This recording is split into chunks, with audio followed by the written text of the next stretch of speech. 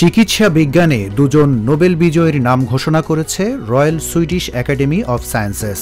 চিকিৎসা বিজ্ঞানে অনবদ্য অবদানের জন্য 2024 সালে নোবেল পুরস্কার জিতেছেন Victor Ambrose O Gary রুফকুন। 2024 Nobel Prize in Physiology or Medicine jointly to Victor Ambros and Gary Ruvkun. Micro RNA আবিষ্কারের জন্য এই পুরস্কার পেলেন তারা। পোস্ট ট্রান্সক্রিপশনাল জিন নিয়ন্ত্রণের প্রক্রিয়া আবিষ্কারেও এই দুজন গুরুত্বপূর্ণ অবদান রাখেন।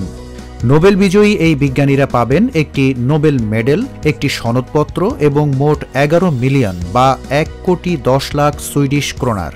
এর বর্তমান বাজার মূল্য $10,67,000 মার্কিন ডলার, যা বাংলাদেশি টাকায় হবে প্রায় 12,80,00,000 টাকা। এই দুই নোবেলজয়ীর মধ্যে এই 1,10,00,000 সুইডিশ ক্রোনার ভাগ হয়ে যাবে। প্রতি বছরের মতো চলতি বছরেও অক্টোবর মাসের প্রথম সোমবার থেকে শুরু হয় নোবেল বিজয়ীদের নাম ঘোষণা। নোবেল প্রাইজ ওয়েবসাইটের তথ্য অনুযায়ী আগামী 8ই অক্টোবর পদার্থবিদ্যা, 9 অক্টোবর রসায়ন, 10ই অক্টোবর সাহিত্য, 11ই অক্টোবর সবচেয়ে আকর্ষণীয় পুরস্কার শান্তিতে নোবেল জয়ীর নাম ঘোষণা করা হবে।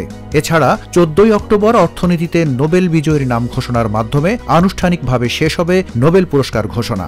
ডিনামাইট আবিষ্কারক সুইডেনের বিজ্ঞানী আলফ্রেড নোবেলের 1895 সালে করে যাওয়া একটি উইল অনুযায়ী নোবেল পুরস্কার প্রচলন করা হয়। প্রথম পুরস্কার দেওয়া হয় 1901 সালে। সে সময় সারা পৃথিবীর বিভিন্ন ব্যক্তি প্রতিষ্ঠানকে সফল, অনন্য সাধারণ গবেষক, উদ্ভাবক, উদ্ভাবন ও মানব কল্যাণমূলক কার্যক্রমের জন্য 5টি বিষয়ে পুরস্কার প্রদান করা হয়।